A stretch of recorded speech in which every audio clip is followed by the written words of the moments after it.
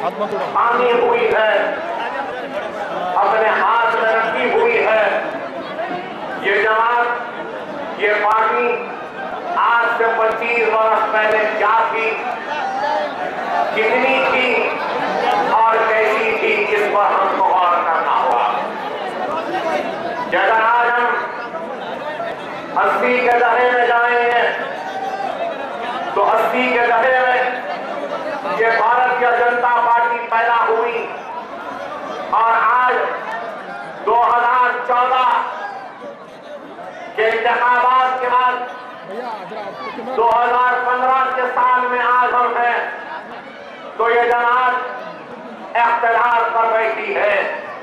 तो सवाल ये पैदा होता है कि आज से 25 वर्ष पहले इस जमात का वजूद क्या था, इसकी ताकत क्या थी, इसकी हैसियत क्या थी, इसकी सोच क्या थी, इसके इरादे क्या थे, इसके मंसूबे क्या थे, जिसके बुनियाद पर ये आज इख्तियार पर फाइज है। तो हमको यही दिखाई देगा कि आज जो जमात हिंदुस्तान के इख्तियार पर बैठी है, ये आज से 25 वर्ष पहले कुछ भी नहीं थी, इसके सिर्फ 2 अराकीन पार्लियामेंट है। तो सवाल यह पैदा होता है कि 2 अराकीन पार्लियामेंट से लेकर आज ये हिंदुस्तान की पार्लियामेंट में सबसे बड़ी जमात कैसे बनी, किन मंसूबों को लेकर आगे बढ़कर बनी, किन इरादों को लेकर आगे बढ़ी, क्या वादे कर आगे बढ़ी।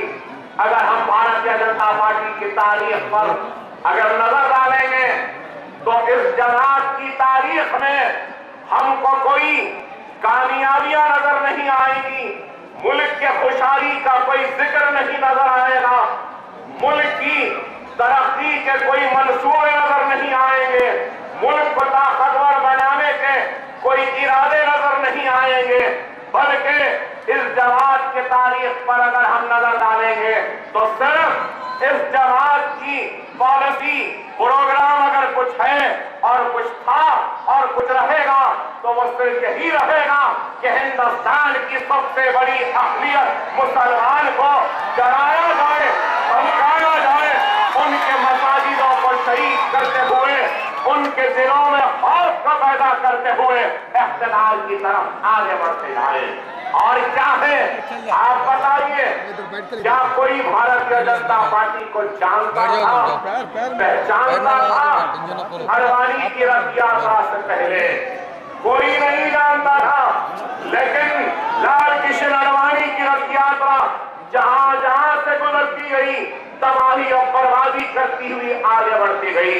हिंदुस्तान में एक नफरत की सियासत के बीज को बोती हुई आगे बढ़ती गई, जहां जहां से गुजरती गई वहां पे उस शहर के कारोबार को शोरों में लपेटती हुई आगे बढ़ती गई, खून खराबा करती हुई आगे बढ़ती गई और बाबरी मस्जिद, राम जन्मभूमि के नाम पर इस मुल्क को बांटती हुई आगे बढ़ती गई। और क्या किया इन्होंने? कुछ नहीं किया। और फिर हिंदुस्तान की तारीख का एक सियाह दिन जिसको ये मुल्क कभी भूल नहीं सकता, और वो दिन था 6 दिसंबर 1992 का, जिस दिन हिंदुस्तान के सेकुलरिज्म की सबसे बड़ी इमारत और मुसलमानों की इबादत का बाबरी मस्जिद को इन फिरका परस्तों ने शहीद किया और उस बाबरी मस्जिद की जगह राम की मंदिर का संग बुनियाद रख दिया और राम मंदिर और राम की मूर्ति को वहां पे बिठा दिया। ये एक ऐसा सियाह दिन था, सिर्फ मुसलमानों के अल्लाह के घर की शहादत का दिन नहीं था, बल्कि मैं ये कहूंगा कि हिंदुस्तान की जमहूरियत पर हमले का दिन था, दस्तूर के धज्जी उड़ाने का दिन था, सेकुलरिज्म का मजाक उड़ाने का भी दिन था, जिसको यह मुल्क कभी फरामोश नहीं करेगा, नहीं भुलाएगा और हर सेकुलरिज्म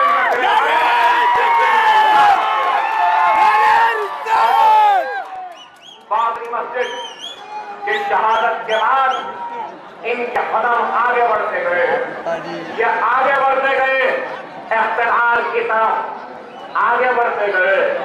और जब इख्तिलाल की तरफ आगे बढ़ते गए तो इख्तिलाल को हासिल करना था।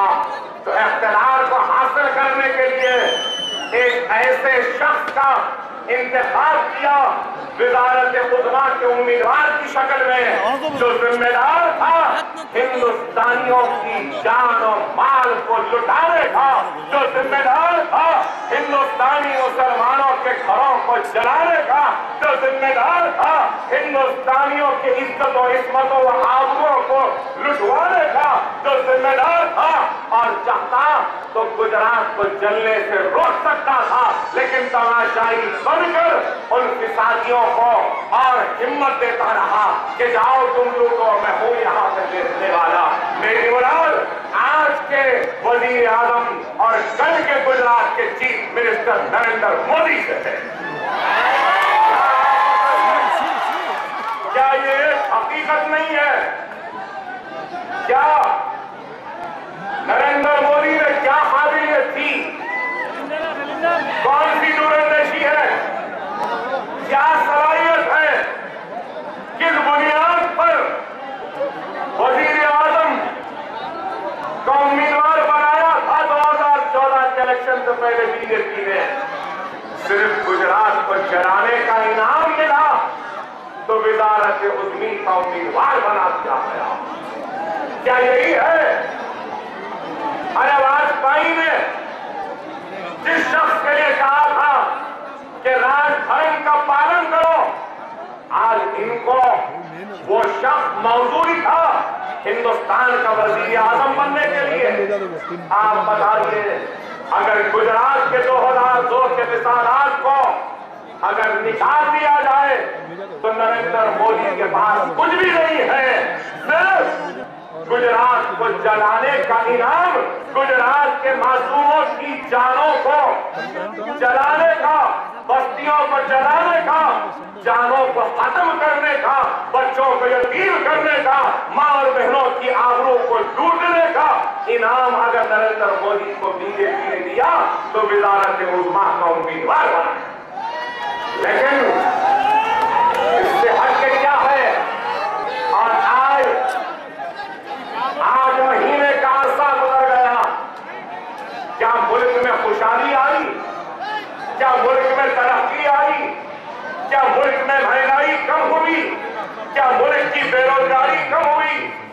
क्या मुल्क की जो महंगाई थी क्या कम हुई? क्या मुल्क की मईशत में सुधार आया? क्या आया?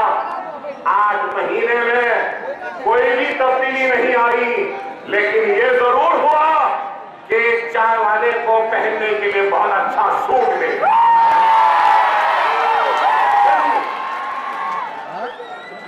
लेकिन इस मुल्क के गरीब आज भी गरीब है, इस मुल्क का बेरोजगार आज भी बेरोजगार है, इस मुल्क का बेघर आज भी बेघर है, इस मुल्क की महंगाई आज भी अपने उरूज पर है, इन्फ्लेशन आज भी है।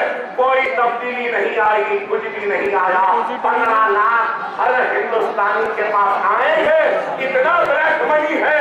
ब्लैक मनी यहाँ तो नहीं आया, लेकिन एक चाय वाले को बड़े अच्छे अच्छे कपड़े पहनने को मिल गए। क्या मिला? मैं पूछना चाहता हूं, क्या मिला? मुल्क को कुछ नहीं मिला, लेकिन इस शख्स को मिल गया। अरे आप बताइए कि आज बैन-ए-अक़वामी बाजार में तेल की कीमत घट चुकी है, कम हो गई है, पेट्रोल सस्ता हो गया, ऑयल सस्ता हो गया। जब भी महंगाई आती तो इल्जाम लगता कि नहीं पेट्रोल महंगा हो गया, इस वजह से महंगाई हो गई। अब मैं पूछना चाहता हूं, पेट्रोल सस्ता हो गया लेकिन महंगाई वैसी की वैसी है। पेट्रोल ऑयल कम हो गया लेकिन इन्फ्लेशन वैसी का वैसी है। ऑयल डीजल कम हो गया लेकिन मुल्क की मईशत आज भी वैसी है। डॉलर चढ़ रहा है, रुपया गिर रहा है, पाउंड उठ रहा है, रुपया गिर रहा है, रियाल उठ रहा है,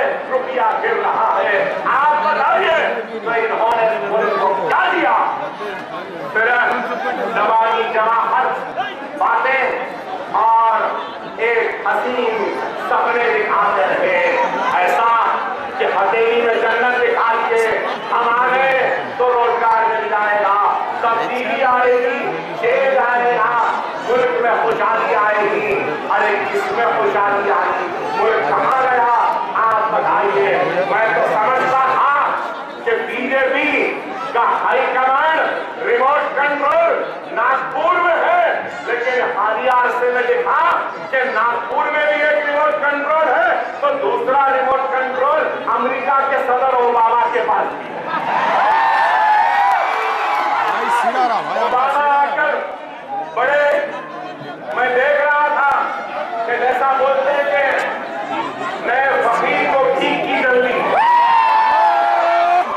नाजीदे को मदीना मिला तो फातिहा देने मुल्ला नहीं मिला, ऐसा चले गए, प्रोटोकॉल तोड़ के चले गए, ओबामा का इस्तेमाल करके हवाई जहाज के सीढ़ियों से उतरे ओबामा, गले मिल रहे जैसा बचपने के याद है,